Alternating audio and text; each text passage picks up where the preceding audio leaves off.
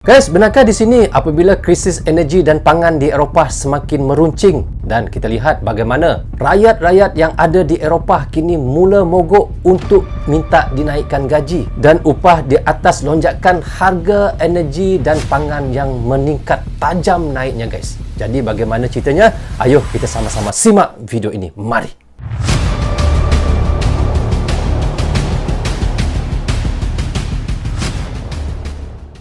Assalamualaikum, apa khabar semua? Jumpa lagi kita di dalam Brozul Channel guys. Apa khabar anda orang Indonesia, dan di seluruh Nusantara? Apa khabar anda semua? Jika sehat, Alhamdulillah. Okey guys, hari ini saya mahu menyaksikan satu video daripada channel Jurnalis Nusantara.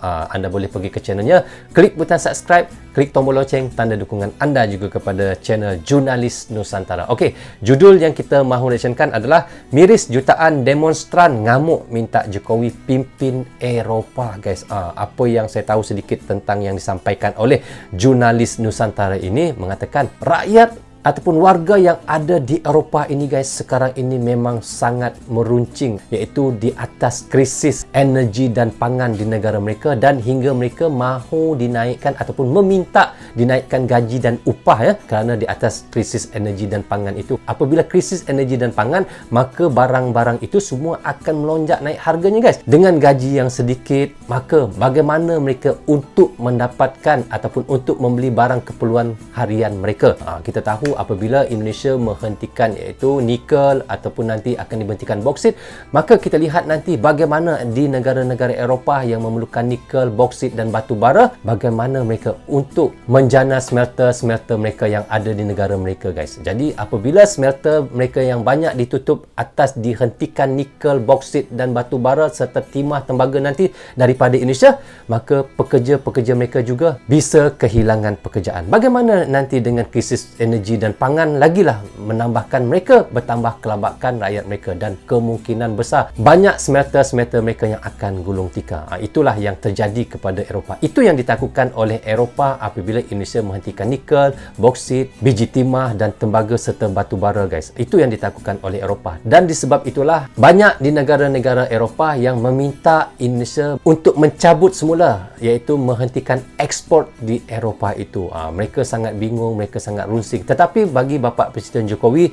jika mereka mahu barang-barang yang belum jadi ataupun sumber alam daripada Indonesia, investor-investor mereka harus meminda smelter di dalam negeri Indonesia. Itu yang dimahukan oleh Bapak Presiden Jokowi. Jadi guys, bagaimana ceritanya guys? Tapi saya mohon kepada teman-teman, tonton video ini hingga habis agar kita tidak gagal faham apa yang disampaikan oleh Jurnalis Nusantara ini. Dan selepas di hujungnya nanti, saya akan memberi sedikit komentar apa yang telah saya tonton bersama dengan anda. Okey, tanpa basa-basi dan tanpa berlengah lagi, ayo kita sama-sama tonton Direction bersama dengan Brozul Channel. Mari. Kondisi ekonomi yang memburuk di benua Eropa memicu protes dan mogok kerja besar-besaran di wilayah itu. Para pekerja meminta agar upah dinaikkan untuk mengimbangi kenaikan harga energi dan pangan yang melonjak tajam. Ribuan warga Eropa bergabung dalam unjuk rasa Bukarest untuk memprotes biaya energi, makanan, dan kebutuhan pokok lainnya, yang menurut penyelenggara telah mengirim jutaan pekerja ke dalam kemiskinan. Kerumunan besar yang mengibarkan bendera di jantung Eropa menuntut pemerintah koalisi pro-barat mengundurkan diri dari jabatannya. Menurut para pengunjuk rasa, kebijakan embargo dan gugatan Eropa di WTO memicu lonjakan yang tinggi di harga energi. Ribuan warga termasuk guru dan siswa berbasis melalui Budapest pada hari Minggu untuk memprotes pemerintah. Demonstran masih menyebut pemerintah Eropa Ursula von der Leyen gagal menjaga stabilitas ekonomi. Sementara itu di Eropa Barat, gelombang pemogokan kerja mulai terjadi di Perancis. Pemogokan serikat pekerja dan sektor publik seperti transportasi telah memulai pemogokan mereka dalam beberapa pekan terakhir. Pemogokan ini menipis stok energi di negara itu, serta gangguan mobilisasi akibat beberapa kendaraan umum yang berhenti beroperasi. Pekerja kereta api, perawat, pelabuhan, pengacara, dan profesi lainnya di Eropa juga telah melakukan serangkaian pemogokan dalam beberapa bulan terakhir.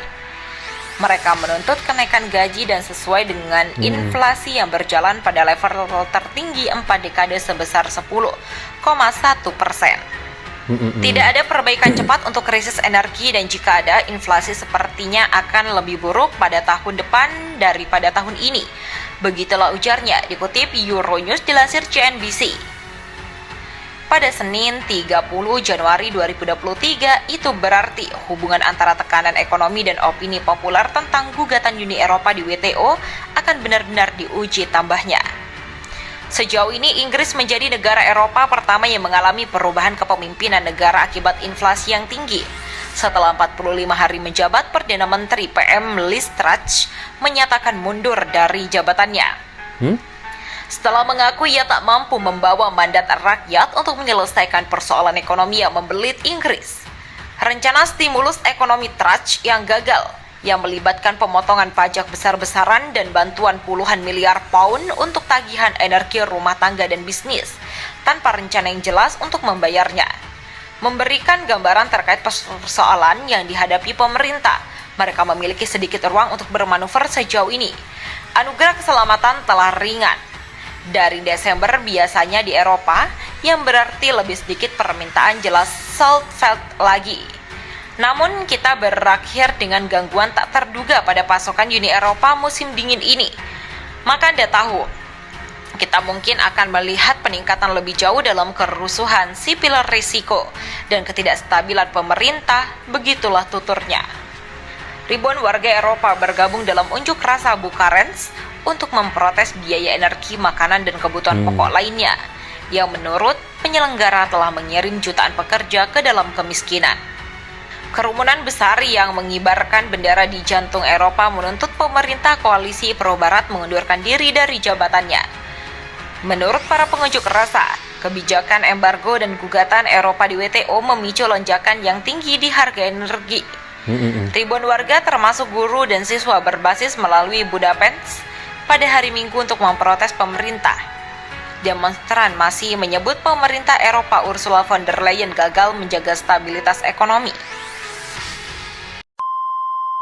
Oke guys, kita sudah pun reaction tadi daripada channel Jurnalis Nusantara. Bagaimana katanya miris jutaan demonstran ngamuk minta Jokowi pimpin Eropah. Tapi di situ apabila saya lihat bagaimana cerita yang disampaikan oleh Jurnalis Nusantara ini, apa yang saya faham tentang cerita yang disampaikannya, negara Eropah sekarang ini banyak di antara negara-negara yang ada di sana, rakyat-rakyatnya sudah mula mogok. Di atas kenaikan harga energi dan pangan di Eropah itu, mereka meminta kepada majikan mereka untuk dinaikkan gaji kerana mereka sekarang ini memang sangat tertekan dengan gaji yang tidak sepadan dengan harga-harga barang yang sangat melonjak tinggi tajamnya guys. Itu yang dirunsingkan, itu yang dibingungkan oleh rakyat yang ada di Eropah sana. Apa yang menyebabkan terjadinya kenaikan harga itu guys? Sebenarnya kebijakan Eropah di atas gugatan dan embargo di WTO yang membuat lonjakan tinggi untuk energi. Kerana itulah barang-barang di Eropah itu memang sangat mahal dan sangat tinggi harganya sekarang. Dan beruntunglah kita guys di Asia Tenggara ini, termasuklah Indonesia, Malaysia, kerana kita masih lagi mampu untuk menangani masalah krisis energi dan pangan ini dan harga-harga barang di tempat kita, di negara kita masih lagi mampu untuk kita beli ataupun masih lagi mampu untuk kita jangkau dapat untuk keperluan di rumah kita. Kalau kita berada di Eropah guys sekarang ini, sudahlah kehidupan dengan kos yang sangat tinggi, harga pangan yang sangat mahal, energi yang mahal. Wow, bagaimana lagipun di sana kita lihat bagaimana mereka memerlukan batu bara untuk sumber listrik mereka. Jika Indonesia tidak menyumbangkan ataupun mengeksport batu bara kepada mereka guys, kita lihat bagaimana mereka bisa kesejukan dan mungkin banyak smelter mereka akan bisa ditutup kerana tiada sumber energi ataupun listrik di negara mereka. Tetapi itulah untungnya kita di Indonesia, di Malaysia, di seluruh Asia Tenggara ini, kerana kita banyak hasil-hasil bumi, sumber alam ataupun bahan mentah yang ada daripada negara kita ataupun sumber bumi itu memang banyak terdapat di dalam negara kita. Itulah untungnya kita menjadi rakyat ataupun warga di ASEAN ini. Dan apa yang lebih merunsingkan lagi dan lebih memberi kebingungan lagi kepada mereka guys, terutamanya mereka yang berada di Eropah itu, iaitu krisis energi ataupun nanti krisis pangan ini akan terjadi lebih buruk lagi kalau kita lihat pada tahun 2023 ini, dan ia akan berlanjutan dan akan dibawa hingga ke tahun depan guys.